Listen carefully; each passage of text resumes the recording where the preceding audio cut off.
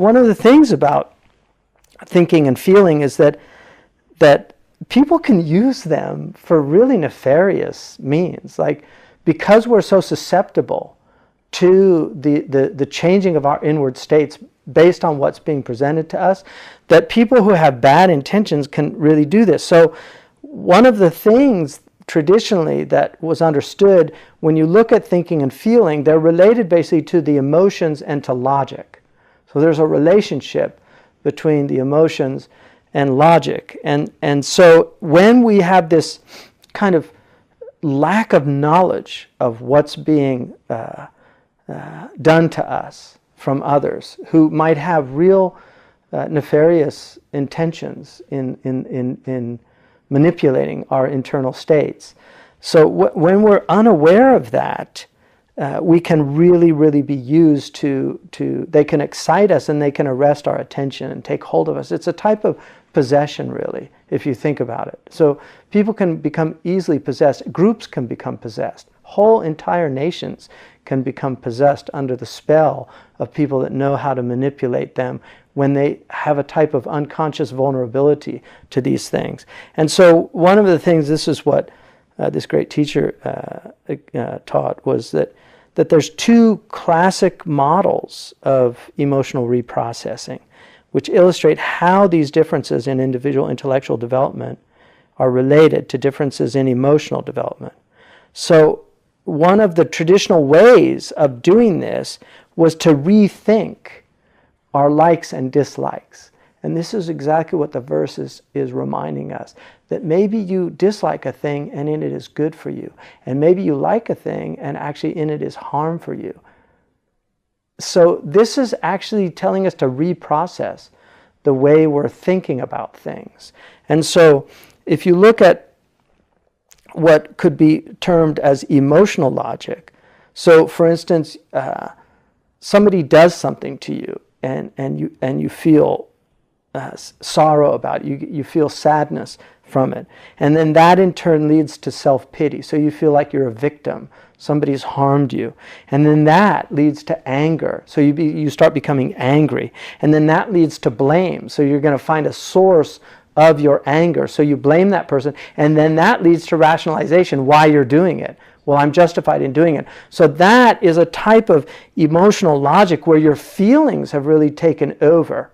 And they've taken over your internal state, and you actually have no control now over them. And you become basically a victim of a type of mind control that Denise Wynn talks about in a book called Manipulated Mind, which is a very interesting book and it's worth reading, because this is done constantly. And rulers and governments use these techniques to manipulate the masses.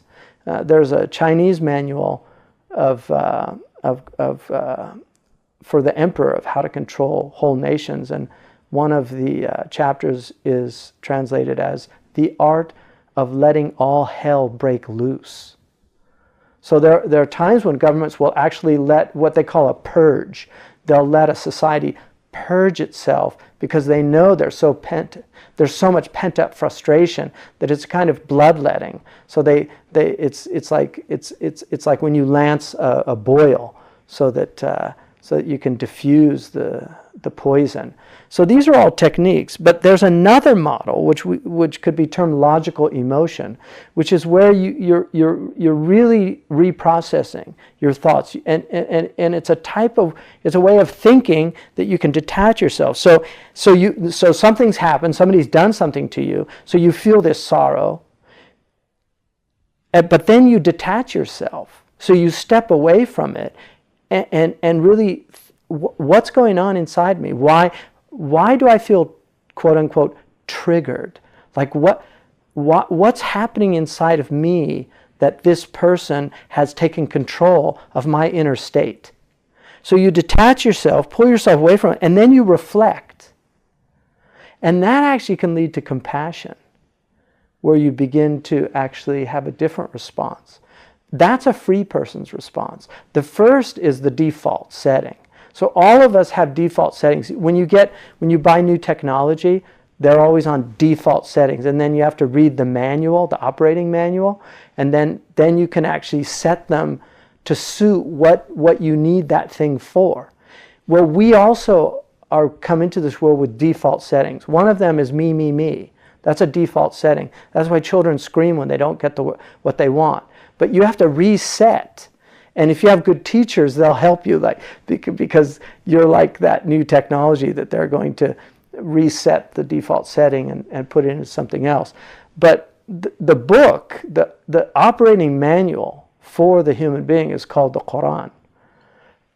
That is the operating manual. So you can actually learn how to understand yourself, and then you can reprogram yourself, because Allah tells you all these things like وَإِذَا مَا غَضِبُوا هُمْ يَغْفِرُونَ. When they get angry, they forgive. Oh, so I don't have to blame and attack, and like it's like somebody who's been watching television and they think there's only one channel, and their whole life they've just been watching this one channel, and then somebody comes in the room and says, "What are you watching?" And you say, I'm watching the TV. No, what channel are you on? What do you mean channel? What's a channel? That looks like a really stupid thing to be watching. What's it called? Jackass? So you're watching people do stupid things? No, there's other channels. Here, look. Here's the nature channel. Oh, look. Here's a documentary about Mecca. Oh, here's recitation of Quran. There's whole other channels that you can turn on to. But if you don't know they exist, then you're just trapped in these empty, mindless states. So really getting out of the default setting is the life's challenge. That's what we're here to do. Because if you're constantly in a state of anger and blame, which is based on self-pity, it makes you susceptible to divisive and defensive feelings. And so people can manipulate you because you're angry. And there's all these people that a lot of their social work is actually personal pathology. So they're out there shouting and screaming against this, that, or the other. They're actually just angry at their father for neglecting them. I mean, I'm telling you the truth. People might not want to hear this. And I can speak from my own personal internal self-reflection and dealing with my own childhood traumas and things that happened to me and my own evolution. But I think I was once with a really remarkable psychiatrist from Ghana, and he was beautiful.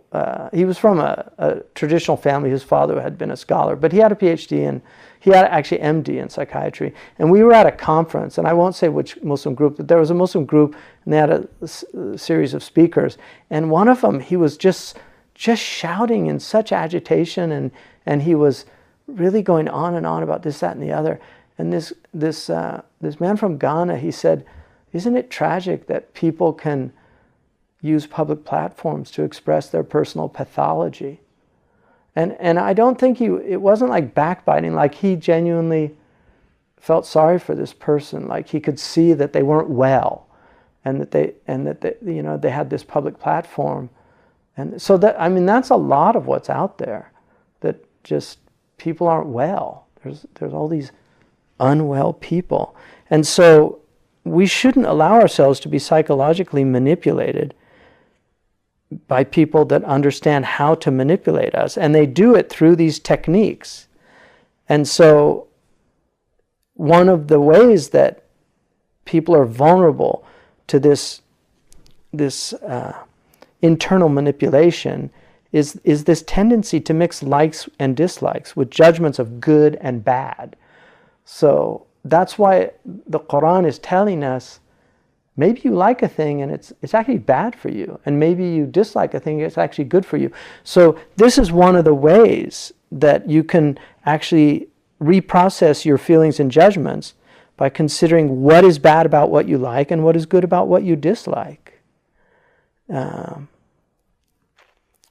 then when Dr. Cleary says when the exercise becomes an ordinary reflex, then it is much harder to be deceived by appeals to emotions, disguised as appeals to reason.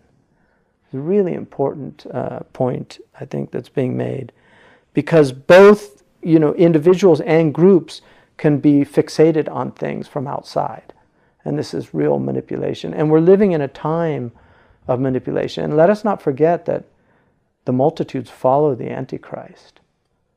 They follow the Antichrist. He has atba', followers. That's what the Prophet ﷺ called them. And he said that he would have drones. Ya'asib. The Prophet literally said drones. That tatba'uhu ya'asib. That the Antichrist would be followed by drones. And you have to wonder about these drones, that they called them drones. And that was the word, sallallahu alaihi wasallam, the Prophet sallallahu alaihi wasallam used to describe something that the Antichrist would have with him. So I hope people just reflect on this idea of being triggered. This idea of not being triggered is clearly in the Quran, because Allah subhanahu wa ta'ala says, وَعِبَادُ الرَّحْمَنِ الَّذِينَ يَمْشُونَ عَلَى الْأَرْضِ هَوْنًا وَإِذَا خَاطَبَهُمُ الْجَاهِلُونَ قَالُوا سَلَامًا. That those who, the servants of the merciful, they tread lightly on the earth, and if ignorant people speak to them, they say peace. They just simply say peace. And then Allah subhanahu wa ta'ala says also, وَإِذَا مَرُّوا بِاللَّغْوِ مَرُّوا كِرَامًا. That when they hear any vain talk, they just pass by it nobly. And in the tafsirs they say, إِذَا أُذُوا مَرُّوا كِرَامًا صَفَحُوا. They overlook it. They don't, because the only way we can live together, the Prophet ﷺ said that the best people are those who mix with people and are patient with their adha, with their harm. That it's like, this is the world. People are going to bother you. People are going to upset you. Don't let them. Take control of your internal states. Don't let them control you.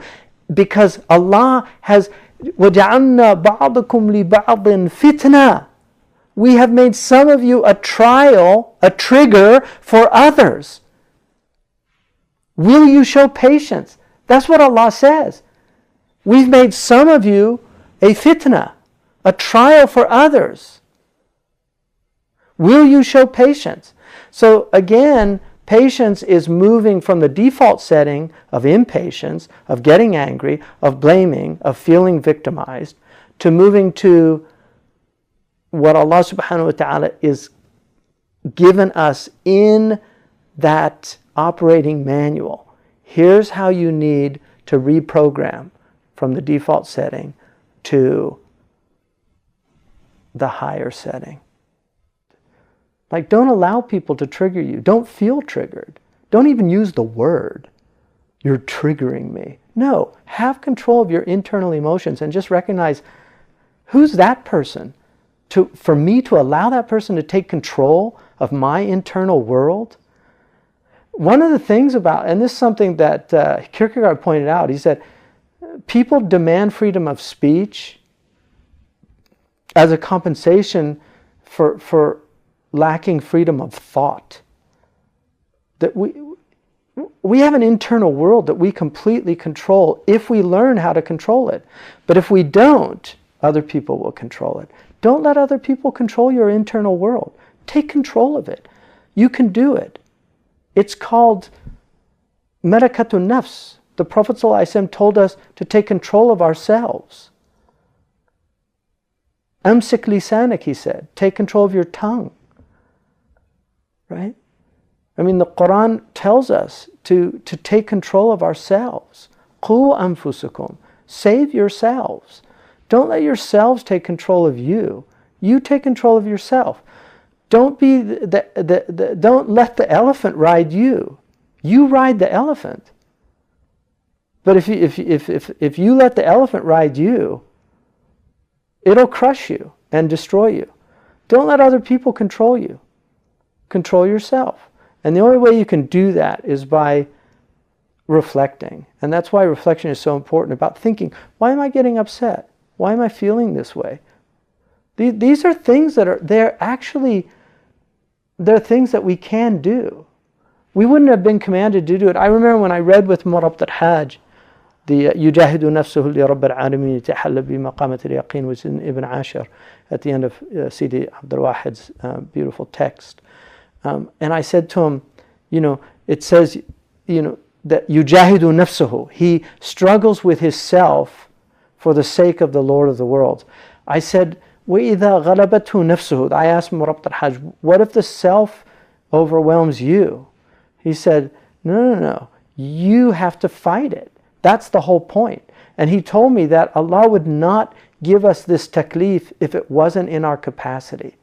لا يكلف الله نفسا إلا وسعها. He will not give you any responsibility that was not in your capacity. That's what he told me. And he said, you just have to keep doing mujahada until you take control of it. But don't let other people control you. Don't let other people manipulate you. This is really, really important, especially in an age where there's so much mass manipulation. You can't trust any of the news. You can't trust. You think you can trust what you're being told? What world do you live in? How many times do you have to be lied to before you realize that you just... That's why the best advice I think I've ever heard from any Western